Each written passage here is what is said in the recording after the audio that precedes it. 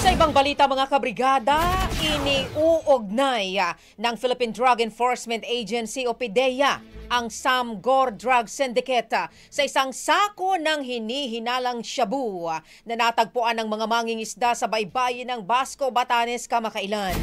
Sa panayam ng Brigada News FM Manila, kay PDEA spokesperson Attorney Joseph Frederick Calulot, paliwanag nito na ang packaging ng droga ay kahalintulad din ng mga naunang floating shabu na na-recover sa Zambales, Pangasinan, ganun din sa Ilocos at Cagayan.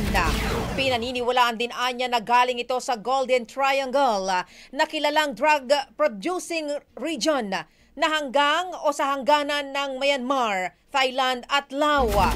Samantalang nabanggit namang Samgor na pinaniniwalang isang Chinese-Canadian ay tinuturing na pinakamalaking sindikato ng droga sa Asia Pacific na may kontrol sa 40 hanggang 70% ng methamphetamine trade sa rehiyon.